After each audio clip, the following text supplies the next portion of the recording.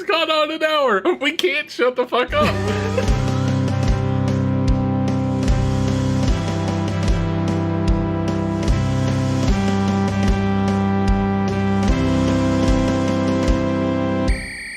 Hello, welcome to So We're Watching That Right, a podcast where two lesbians bully each other for having the same taste in anime.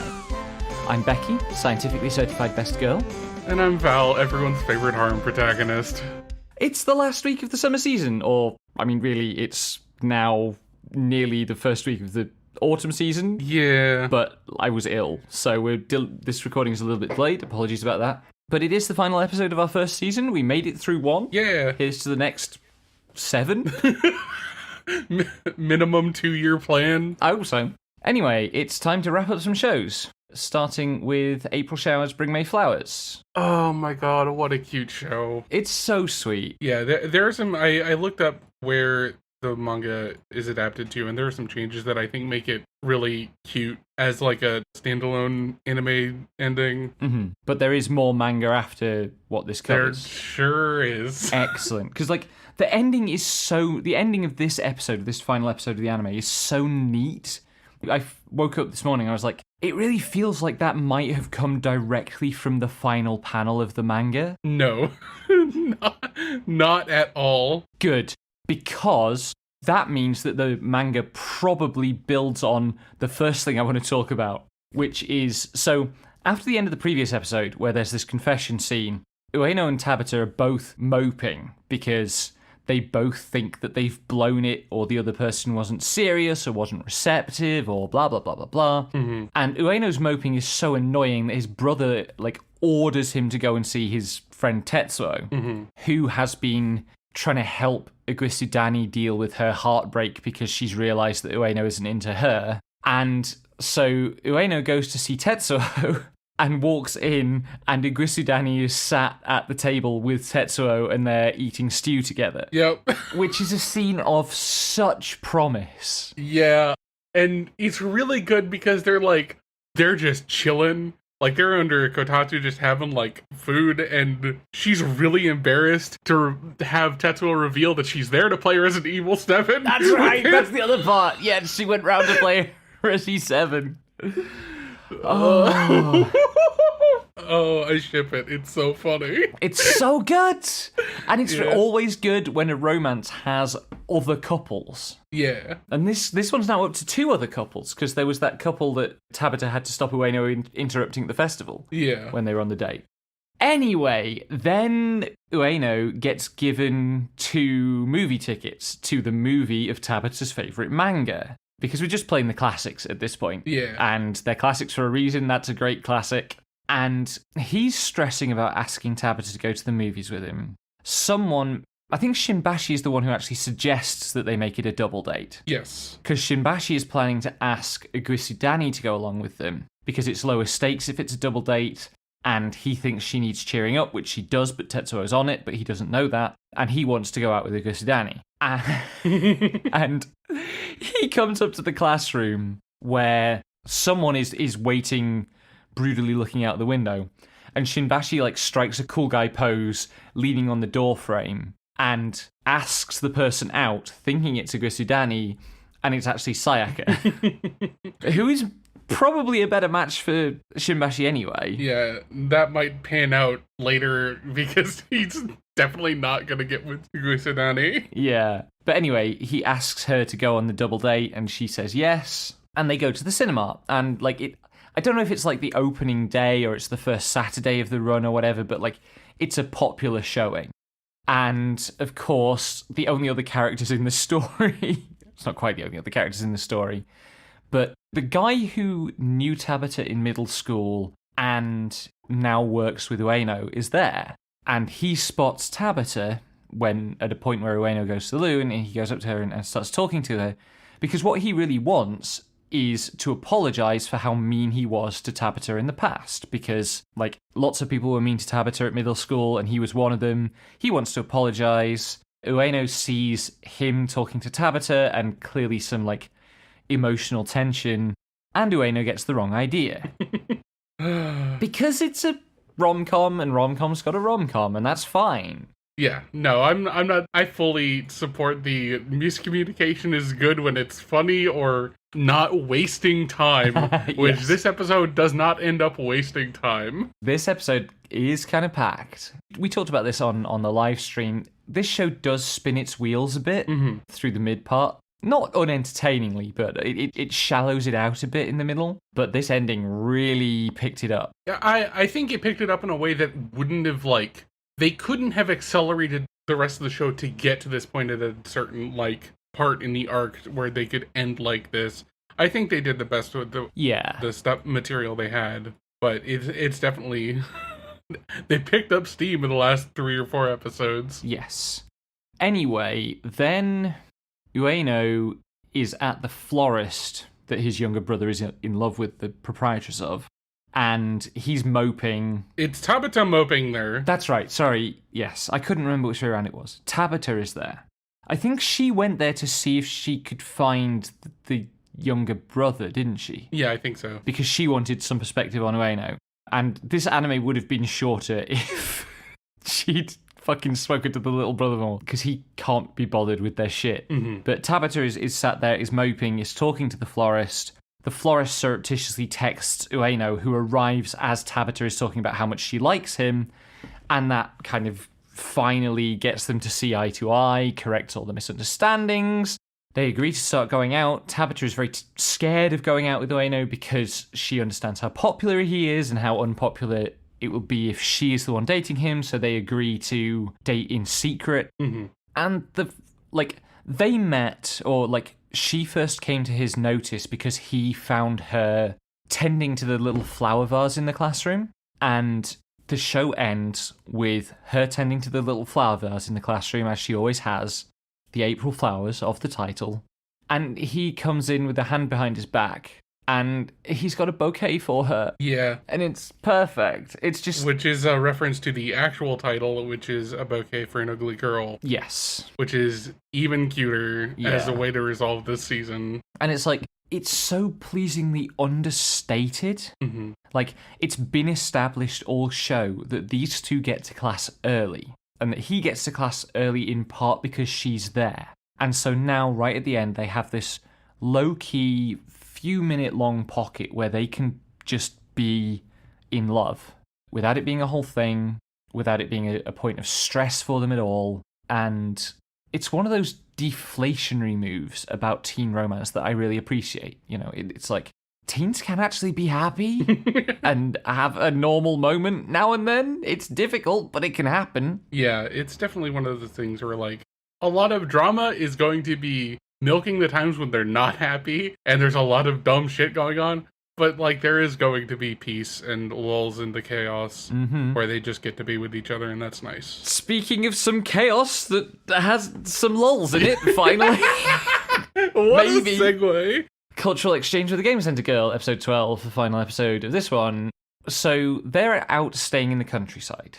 They all go to a bathhouse, and of course, almost this entire party are girls, and then there's just Renji and Lily's dad, who end up in the bath together. The, hot springs bath. Yeah. And the framing for this episode is that the dad asks Renji how he feels about Lily, which is a weighted question when it's coming from a giant, English rugby player dude who's really, really scary looking. And has guns, question mark?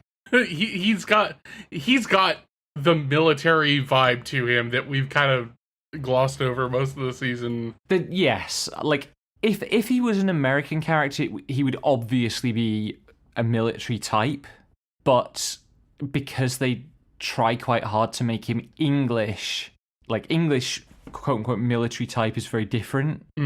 He passed to me as working in construction or something like that. That's really funny.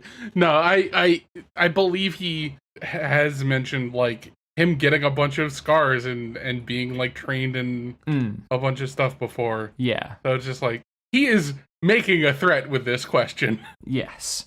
And Renji gives a really good answer. especially given this age gap that's between them. That must be like 6 or 7 years, which, there are times where a 6 or 7 year age gap is no problem at all, and then there's when one end of that age gap is a middle schooler. Yeah. But Renji says he doesn't know how he feels. He's really flattered by the attention, but also he knows that she's a kid and her feelings might change, and what he really cares about is making sure she doesn't get hurt. And there is this shot of the dad just kind of stunned that Renji is able to give such a mature answer and thoughtful, which I appreciate. That is roughly the answer I ended up giving when I was dating my ex-boyfriend. So, yeah, I feel like this is a good resolution to that. Yeah. That tension that has been kind of ongoing with the premise. Yeah. Anyway, they have another day in the countryside. The dad goes fishing with Renji's grandma and picks up her thick country accent so none of them can understand him. And, they come back from the fishing trip and he's talking in this accent and all the other characters are just, their shoulders are shaking. Yeah. We forgot to mention last time out that when they went to the old-fashioned candy shop... Yeah. The proprietress of that shop revealed that she has a hidden secret old-timey arcade with a bunch of real classic arcade games. And, of course, Karen is obsessed with this because she's a gamer. But also the class president, who is very much not a gamer, is obsessed with it. And then it's the festival. We were promised a festival, we get a festival. And, we get classic festival stuff like... all the girls put on yukata and they eat various treats together and stuff.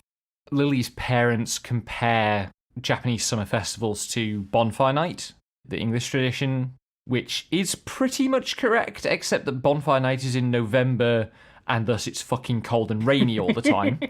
Yeah. But, of course, because we're doing classic anime festival stuff, Renji and Lily get separated. They're searching the festival for each other. They miss...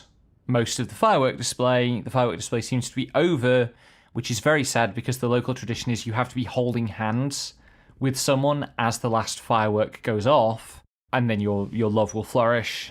And then Renji catches up to Lily and grabs her hand, and there's a special final firework that goes off.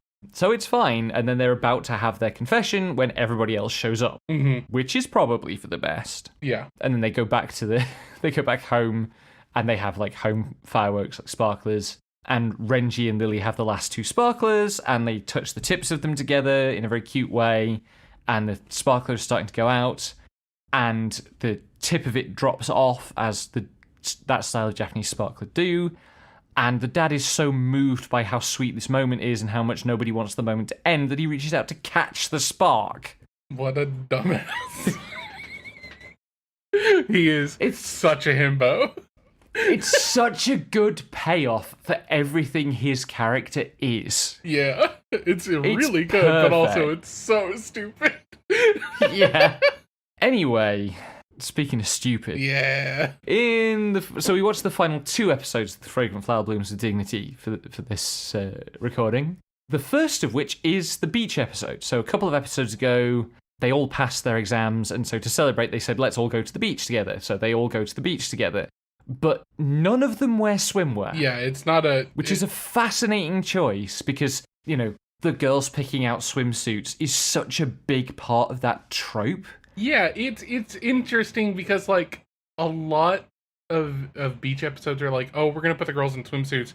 But also, probably a more realistic expectation of how much beach time it is for students is, oh, we're going to go to the beach and just kind of have fun in the water for a bit and not make a whole production out of it because we have other stuff going on. I think also, doing the swimsuits bit would have felt super fucking weird in this show. That's not the tone at all. It's not, and especially because, the tone between the 2 schools would be weird, and it would be weird for Subaru especially to be cool with that. Yeah. And especially for Kaoruko to be I'm gonna wear a swimsuit in front of Rintaro. I mean, Kaoruko would go for it, because Kaoruko has no fear. She has a lot of fear. She's just very good at working past it. True. But, like, yeah, doing swimsuit bit with Subaru would have been very weird. And anyway, Subaru has to be stupid in this episode in other ways. She has to fail to communicate until the last moment and have a moment about it. Yes, she also, like, they're walking past all the food stalls to buy food, that like to get lunch and stuff. And they stop at the donut stall, and Subaru very clearly really wants the donuts and is wrestling with herself about whether she's allowed to have nice things and is this a prim and proper lady thing to do and so on. But, like, the whole, like, all through the day while they're playing on the beach and stuff, she's kind of hanging back from the group and clearly brooding about something. And so Kaoruko is part of what gets her out of her shell, and then also Saku, Rintaro's friend. But what they eventually get out of her is that she feels like she's inevitably going to be a Debbie Downer and feels like she kind of doesn't belong. And then she has this big kind of climactic moment where she approaches the others, and while, you know, they're playing in the surf, she comes up to them and she's like, I really hope that you'll consider me your friend in time, and that like, I won't be a burden on you all. And this being this group of kids, they're like, what the fuck are you talking about? We're already friends. We invited you to the beach with us. Yeah. And Kaoruko splashes her, which is very good. Yes. Well, no, Kaoruko pushes her over. Right, yes. Saku splashes her, and then Kaoruko pushes her over, and she trips and just... That's right, she face plants. And then she gets donuts. Yes. Because she didn't eat very much at lunch because she was stressing and nervous and everything. And so she sat with their little picnic site by herself, and one of them comes over to check on her and is like... It's Saku. It's Saku, again, that's right. And he's like, everything okay? And she's trying to play it cool, and then her stomach grumbles really loudly. So he just, like, in a very nonplussed way, hands her the donuts. Yeah. It's so good. Which he's also a fan of. Mm-hmm. If that's the second ship, I could see it happening. Yeah. And then they do the sparklers on the beach. Yes. Well, mostly sparklers, because they run out of the other things too fast. Yeah. And most of the others go off to buy more fireworks, leaving Rintaro and Kaoruko with the last two sparklers, and they're doing the last two sparklers together, and Rintaro blurts out that he likes Kaoruko. Yep. And her face during that is so good. So's his! Yes. The faces are so good!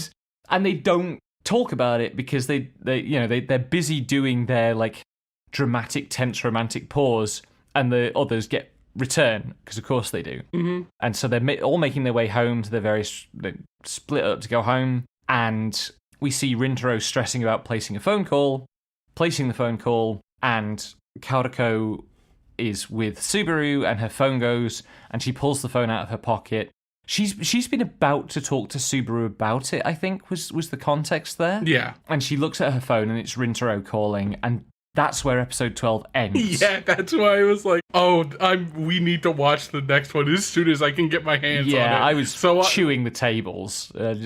So we jumped the queue a little and went, okay, well, here's the next episode, which, oh, so worth it. So worth it. And also, Kaoruko is a champ. Yes. Because, so, Rintaro calls her and says, basically, like, I guess we kind of need to talk about what I said earlier. Could I have some of your time? And Kaoruko, I love her so much. She goes, okay, can I pick the time and place? And the time and place she chooses is a date together to the summer festival. Yeah. Which is such a power move. Yeah. Just like, hey, are you going to respond to my confession? Let's go on a festival date. I wonder how she's going to react. Which, like, he's nervous about it the entire time because of course he is, but... I mean, they do have a nice time at the festival. It hangs over them, but it doesn't weigh them down. Yeah. And then at the end, they go and sit down off and quietly to the side, and Rintaro makes a confession, and it is... You know that joke about being the best at therapy, a thing that is rational to want, and yada, yada, yada. Rintaro is the best at confessions. Yes. It really is a deeply emotional and sincere and communicative confession that makes his feelings very clear, and Kaoruko responds in kind. Mm-hmm. There are all sorts of good reasons that rom-coms either don't do a full confession scene or do a goofy one, fuck with it in various ways. But if you want an example of exactly what like textbook romantic confession scene in genre storytelling should be. This is the platonic form of that. Yeah. And then Calico, as part of her part of that, tells him how long she's been in love with him and how long she's been... Like, the reason that she became a regular at the bakery was in the hope of getting another chance to speak to him after he spoke to her one time when she was there. And having just a real bad day that he really pulled her out of. Yeah. And she, like, it's very clear that from the moment of that first meeting, she could see all the things that she's fallen in love with about him that almost no one else ever sees. Mm-hmm. Which, that's love, baby! Mm-hmm. Speaking about that's love, baby, The Summer Hikaru Died, episode 12, which is the final episode of this season, although another season has been confirmed. Yeah. So, the crux of this episode is that the not Hikaru creature has decided that it would be best for him to go back to the mountain for lots of reasons. And in practical terms, he's right. Yeah. You know, if you just do a bloodless analysis of the scenario, that is the easiest solution to all their problems. But we get some real, like, heartstring tugging moments. So a few episodes ago, Yoshiki got Not Hikaru a Crane Game prize that was like little finger puppets of some mascot characters that they liked. And this episode opens on the Not Hikaru creature lying in bed, practicing the speech that he's going to give to Yoshiki, or that he thinks he's going to give to Yoshiki, about why he's going back to the mountain. And that's not going to leave me soon. As you know, sometimes the manipulative narrative device is just justified. Mm-hmm. And then there's another one of those animator showing off scenes where they cut between, like, a school assembly that the not Hikaru creature is absent from, and him arriving at school late and kind of going around the school while all the classrooms are empty, saying goodbye, you know, like paying one last visit to the place. And then he has a kind of confrontation with their classmate who's a medium who saw him almost kill Yoshiki a couple of episodes ago. Mm-hmm. Then there is an insert scene of the paranormal investigator character returning to the guys who... Like the village chief. But, like, the village representative of whatever sort it is that he's been dealing with. And he tells him that the entire Nonuki-sama myth, the Indo original sin myth, all the stuff that's been revealed by Yoshiki's research in the last 2 episodes was all fake and isn't the problem. Which is a wild swerve, even if what he's doing there is lying in order to try to, like, allay fears or whatever. Yeah. Anyway, then Yoshiki and Not Hikaru... Yoshiki's at a family gathering and he's clearly sick of being there. Mm-hmm. And Not Hikaru comes and rescues him and they bunk off. And they go to the beach. They finally go to the beach like they promised they would. And they have this talk about whether Not Hikaru should go back to the mountain. And it is very clearly a confession scene, right? Like, the Not Hikaru creature does tell Yoshiki he likes him, mm-hmm. but not vice versa. But also it's a big row, like they're having a fight. And also, Yoshiki has an existential crisis over it, while the Not Hikaru creature is like trying to reason with the nature of his own existence and the threat he poses to others. And also he says, look, me being here is preventing you and everyone else grieving, and you need to grieve because your friend is dead.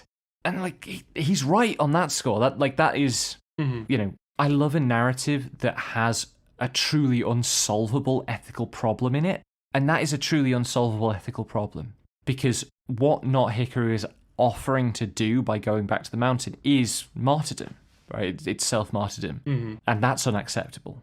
And Yoshiki says so. But it is also true that maintaining this lie that Hikaru is still alive is unacceptable. Yeah. Anyway, Yoshiki and Not Hikaru have this fight confession on the beach, and the sun sets, and afterwards they're kind of slumped, exhausted on the sand, and the paranormal investigator walks up to them, and that's where the season ends. After retrieving the floaty that they got for Yoshiki's younger sister, and then accidentally let loose into the surf. Yes.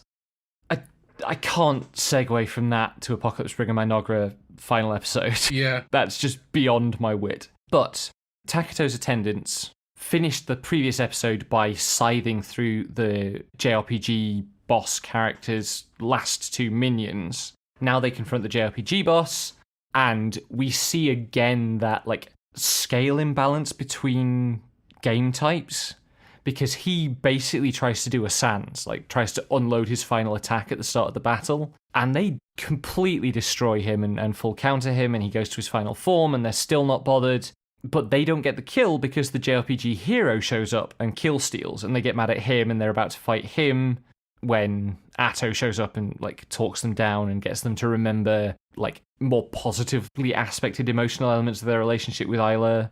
So they stand down. Mm-hmm. And then this is the genius of this show, because that is like, it's a really emotional confrontation, and it's also really ontologically clever with like what's going on in the fiction.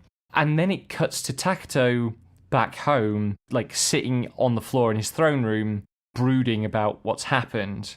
And he is angry about something, and he punches the floor and smashes it out from underneath him, and he falls out of his treehouse. Yep. Because it turns out that he is also a hero unit. We hadn't accounted for that because, of course, when he was a player, he wasn't also a unit in the game. Mm-hmm. But now he is also a unit in the game. So it turns out that they have an extra hero. Yeah. And then once they've got them all back, Takuto says there is a way for us to get Isla back. I forget what it's called, but like there's the Ascension Victory. The Ascension Victory, thank you. One of the different win conditions of the video game is the Ascension condition, which like lifts your entire civilization up to paradise and brings all the dead back, and so on. Yeah, we're reaching the Golden Land with this one, folks. Yep. This is a Numeneko joke, anyway. And then his first step on the road to accomplishing this huge, lofty, wildly ambitious goal is to summon a pile of guns that is taller than he is. It's taller than his throne, which is really impressive. Which, I mean, the power of friendship and these guns I found, or magicked out of thin air, literally. Yeah. But that's not even the wildest swerve. Yeah. Because running alongside all of the action of this entire series has been this other thing of... So Atto is the Sludge Witch, and we are introduced to another character who is a... I forget what her epithet is. It's something silly. Yeah, it also begins SL. It's not Slut Witch, because we joked about the Slut Witch. Let me see if I can find it. She might have been the Slime Witch. No, she was not. I wouldn't have forgotten that, and neither would you. Maybe that was the other joke we made about it. Yeah. Anyway, she's been getting into repeated duels with the Saint, who is the lead hero of the, like, Holy Nation. This is the character I mentioned before. That's what it was, the Slurping Witch. Right! Yes. God. But she's the one who looks like Hosho Marin from Hololive. And she's been fighting these regular duels with the Saint. And she loses them all. And this episode ends on another one of these duels. And it gets to the point where the duel is clearly going to start. And there's an insert shot of a D100 being rolled and landing on the 100. Yeah. And then the Slurping Witch has won the duel. Yeah. So clearly her game system is tabletop. Yeah. But it's a tabletop game system that uses D100s. Yeah. Like an actual really... 100-sided die. Yeah. Motherfuckers rolling golf balls at this point. Like... Yep. This is one of those series where I'm like, oh, I can't wait to see what the fuck is happening in the light novel. Because there are enough of the light novel volumes that they deal with the Slurping Witch. I'm sure. There are 7 volumes. I am also looking forward to finding out about the Slurping Witch. And I'm sure you'll tell me. Anyway, let me tell you about the final episode of Turkey Time Strike. Because I've been sitting on this one for nearly 2 weeks now. Mm-hmm. So, when we left off, the bowling club were in a bowling match under a bet against the evil local lord who was going to have all their friends executed. Mm-hmm. The bet was, if you can throw 5 consecutive strikes, then I will, leave these people in peace. And where it ended off, they'd got 3 strikes, and then the soothsayer who had been guiding the lord, quote unquote, changed the rules of the game and seized all the girls who'd already bowled, and the 2 who hadn't yet, which is the 2 main characters, Rina and Mai, started to struggle against this, try to reach their friends and help them. And Rena got injured. Rena got a cut on her arm, on her bowling arm, and Mai got like knocked down.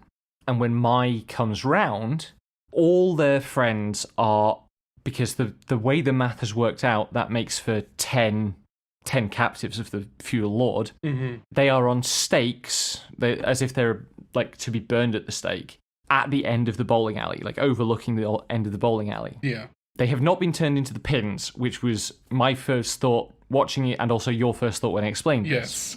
But the rules change that this shaman has introduced is that any pin that either of the remaining girls fails to knock down, the Lord will execute the prisoner whose position corresponds to that pin. Okay.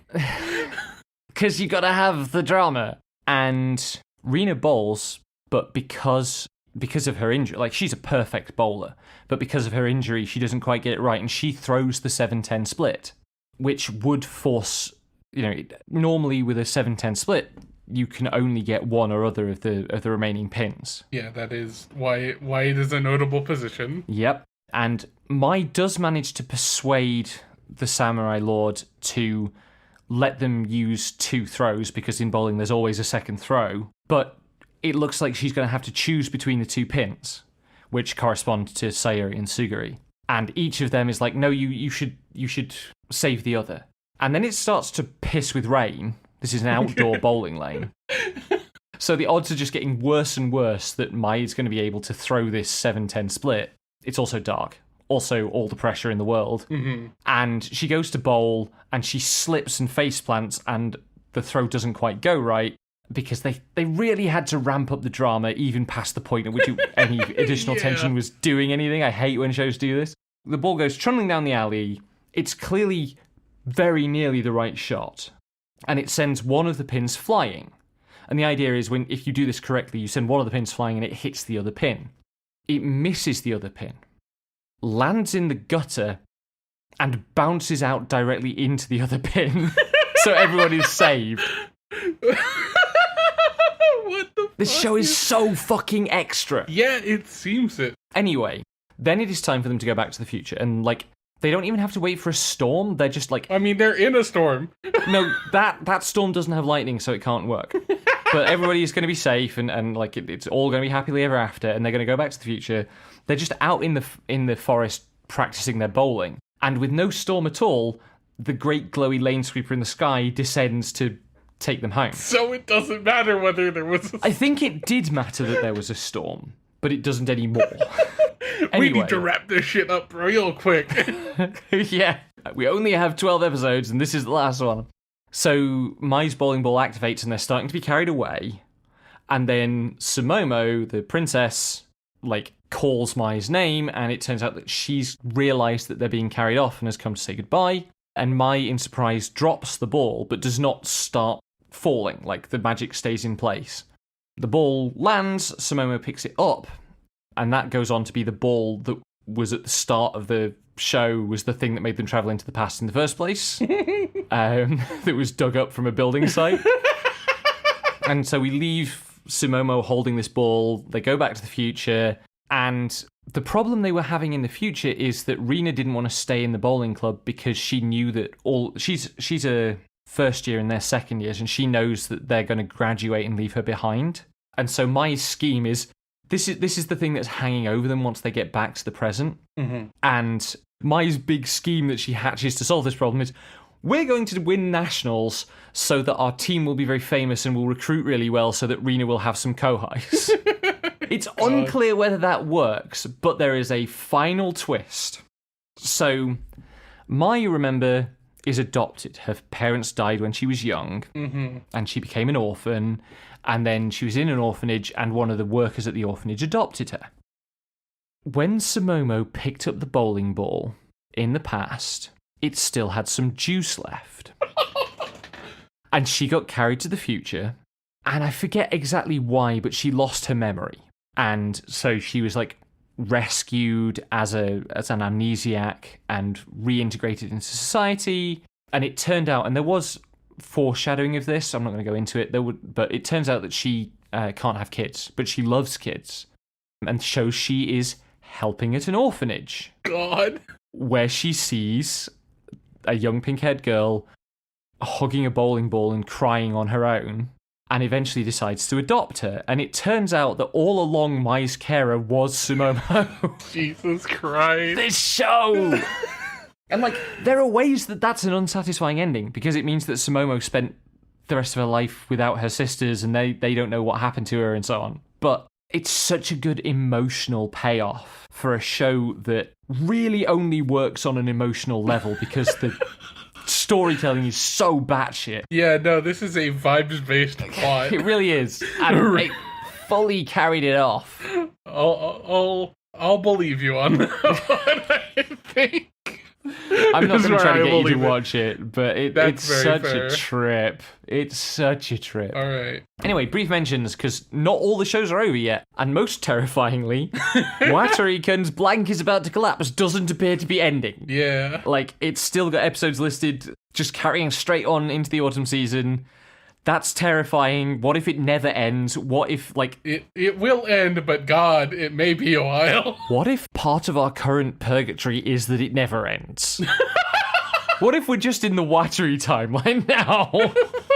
Watari's timeline is about to collapse. I mean, the good news is that, like, Watari is still managing to hard parry Machina. Mm-hmm. And, like, so she's lured him to her room where she's trying to make a move on him, and he's not interested. It's not even that he's struggling to hold himself back. She just doesn't do anything for him at all. She has been Little Sister zoned. Yes. And she's trying her best to escape that zone. It's not working. The next day, instead of going to see her himself, he sends his little sister and her friend to check on her. Hang out with your compatriots, idiot. Yeah, I have never been happier to see a girl in love suffering. I don't know about that one. I suffer all the time for your amusement. That's true. You don't suffer to the degree that Machina is suffering. But also, Machina deserves the suffering and you don't, which is part of why it's fun for me when you suffer. What the fuck logic is that? Anyway, Yukari is also throwing herself at Watari and desperately trying to get him to fuck her. And Watari is determined to make the, like, he's so sensible. Mm-hmm. And he's determined to make this work as a long-term proposal and to sort his life into a way that works. And so he makes an effort to make peace with Yukari's mom and does eventually convince her to let Yukari keep seeing him with a very strict curfew and a whole bunch of fuss and faff and nonsense because Yukari's mom is evil. Mm-hmm. But, like, this is, in some ways, this is a show about... In some ways, this is a show about poverty in a way that, like, the only other show that I think is better at this that I know of is the movie Tokyo Godfathers, mm-hmm. which is, like, completely unflinching in its presentation of Japanese poverty. But this is about poverty and precarity in a way that never affects rom-com protagonists normally. Yeah. And it's about Watari. It's about all the pressures that puts on Watari that make it difficult for him to make things work. And then the back half of this episode is that Satsuki gets some sort of news from home that means she's got to go back to her parents, which she is clearly not thrilled about. And this means that she's leaving the town and she's going to be leaving Watari behind. And he goes to see her off because he, there's unfinished business between them and he feels that and he cares about it. He goes to see her off and she drags him onto the train with him. Yep. And drags him to Tokyo and then tries to get him to go home again. But he sticks with her. And there's a brief moment where it tries to suggest that Satsuki's home is one of the big castles in Tokyo. That's a joke she's making. Yes. But, like, it's a joke she is making that is also framed as the show making it. Mm-hmm. And then they go to Satsuki's actual home, and this episode ended, like, at the front entrance to the home, which is clearly a fancy estate. It's an inn. They run an inn. Is it? Yes, it's an inn. Okay. But, like, a fancy, like, old-fashioned ryokan. Like a type ryokan, inn. yeah. Yeah, like a, there is something distinctly fancy about the place. Traditional, at least. And we'll find out what that entails for the fucking plot later. Yup. Speaking of, we'll find out what that entails for the plot later. Secrets of Silent Witch, episode 12. This one is ending, but, like, tomorrow, I think. Yeah. This episode is titled Monica Becomes a Delinquent. Yeah. Which really means, like, she's sneaking out to go to the festival. Although she's not she turns down going with her friends to this festival, but ends up there anyway. And the prince has snuck out to the festival, and she spots him, identifies him by his perfectly proportioned body. She doesn't see his face. It's just like, that person's body's in the golden ratio. Shit, that's the prince. And this somehow becomes a festival date for them, because the prince says he's being a delinquent. But what he's actually there to do is check in with a brothel madam that he's using as an information broker or a correspondence broker. And he takes Monica to this place and asks them to give her a costume, and they think he's selling her to them at first. And they try to put her in like a courtesan outfit. Courtesan gown. The misunderstanding is cleared up, and she gets a very cute squirrel costume instead, which is perfect. Yeah. But the reason Monica is there is because she's supposed to be assisting one of the other 7 sages with a ritual that involves a special magic item. And at the end of the episode, she gets a note by Owl from this other witch explaining that the magic item has been stolen. And the only reason I mention this is because on screen in the animation, the letter is written in English. Someone's made off with the star-waving mirror. Could you help a girl out? Yeah. Like, it literally, so there's Monica's VA narrates the text of the letter as it is in Japanese, but the text that's actually there says, "Can you help a girl out?" at the end. Yeah, there's some good Monica faces in this episode. It's really adorable. Yes. There's also some good actual progress on Felix being, kind of an interest for Monica. Yes. Which is good. They have good times. Yes. Anyway, very quickly, because I've been under the weather, we haven't watched that much anime this week, but we did watch Ascendance of a Bookworm episodes 15 to 17, which is like the start of season 2, basically. Yeah. In which Mine is starting as an apprentice priestess at the church. She doesn't know shit about how the church works. They tell her she has to have attendants. She is assigned various troublesome attendants in an effort to make her life difficult because she's pissed off the church hierarchy. But she wins them over by the simple power of treating them like actual human beings, rather than what's emerging is that the church is a deeply cruel organization, deeply cruel and abusive and predatory. The insularity of the nobility and the clergy are intertwined quite heavily. Yeah. And she is going against both of them, so it's an issue. Yes. She gets a huge office, which is going to be more important later, but for this purpose, like, it's an office, but really it's like it's a mansion that comes with the job type office. And she sends one of her attendants, who is this orphan boy called Gil, who is not much larger than she is, to clean it. And he basically cleans it single-handed. He cleans the top floor at least. Yeah, and like, it's physically impossible for him to do what he did, but fair enough. And so one strand to Mine's commercial bow is introducing recipes from our world. And somehow she and Benno end up kind of collaborating because they want to train some chefs to run a restaurant, and Mine is going to use the kitchen that's in her new office to train these chefs in what turn out to be a bunch of Italian recipes, like, because she's really excited about pizza and stuff. So she's basically starting an Italian restaurant franchise in the church. And episode 17 ends with a really ominous shot of a half-eaten pizza. And no further context is provided. It's just da da da da da pizza, pizza, pizza, pizza, pizza, pizza. The pizza's very ominous. Anyway, how about them horses? How about them horses? Tara showed me Beginning of a New Era, the most recent Musume movie, which is my first sustained contact with Musume after kind of seeing endless fan art of the horse girls and so on for ages.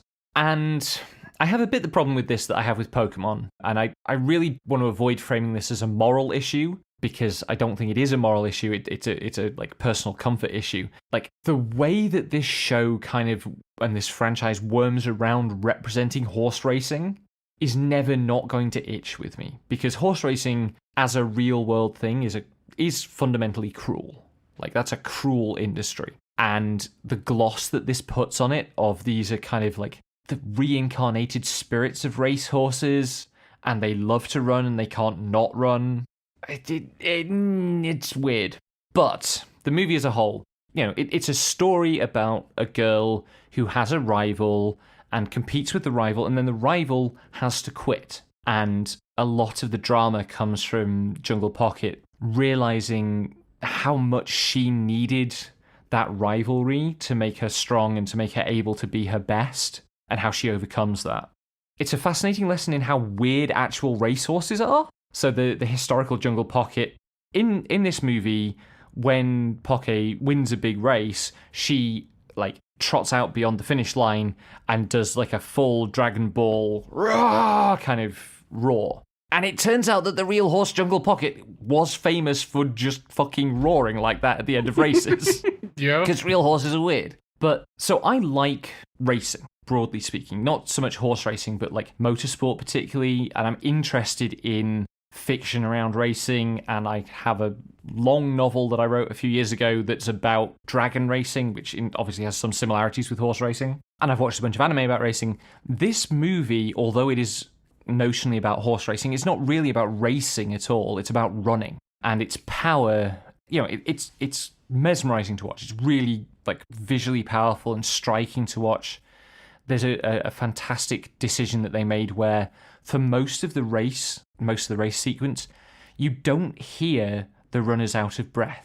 All you hear is the sound of their footsteps, and it really creates this powerful sense of the tunnel vision of the racer, and the fact that they're not really caring about the racing action. What they're caring about is how much they can excel at the physical act of running. So one thing I have to compare it to is a novel that I would no longer recommend anybody read, called Paradox by John Meaney, which was very influential on me as a teenager. It's a distant future, like space opera kind of thing, but there's a point in it where the main character joins a monastery of running monks. There's a lot of Orientalism in this novel, but like this is vaguely like a Zen meditation as running thing.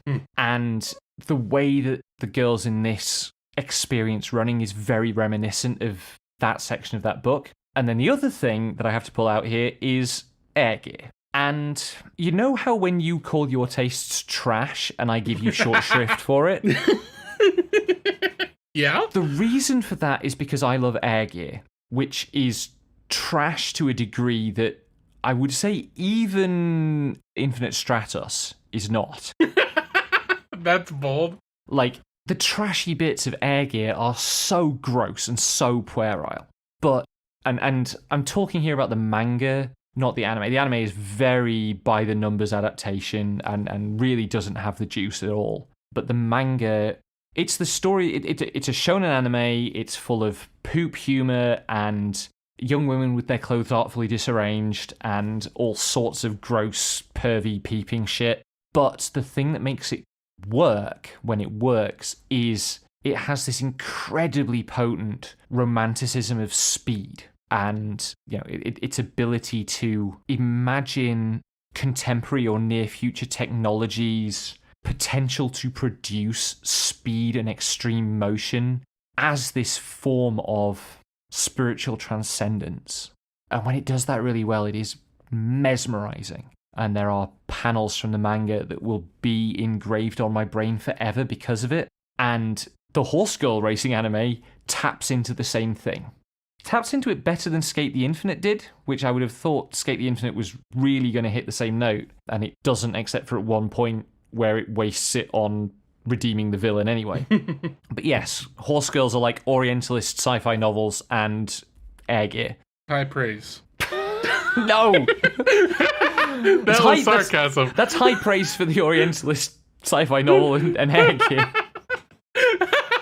This movie's good. It's really fucking gay. Like, the Horse Girls are gay as shit. It's real good. But yeah, like, fascinating that this thing is so big. It's games. It was going to be large.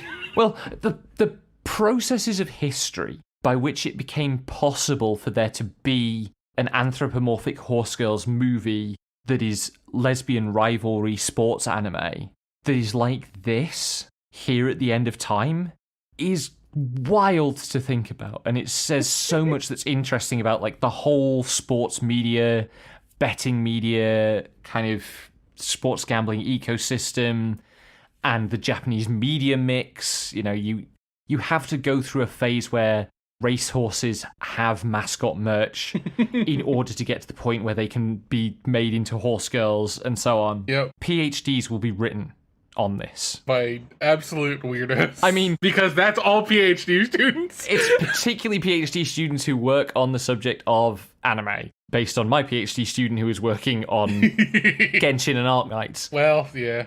Anyway, so we're watching that writers project of Slimebug Productions. Intro and outro music is by me, graphics by Val. You can find us on Blue Sky at slimebug.bsky.social, YouTube at youtube.com/Slimebug Productions, Patreon at patreon.com/Slimebug Productions, as well as all episodes from Listen at Slimebug.pro. Join our Discord via the link in the description. Thanks for listening, and until next time, may anime neither betray nor disappoint you.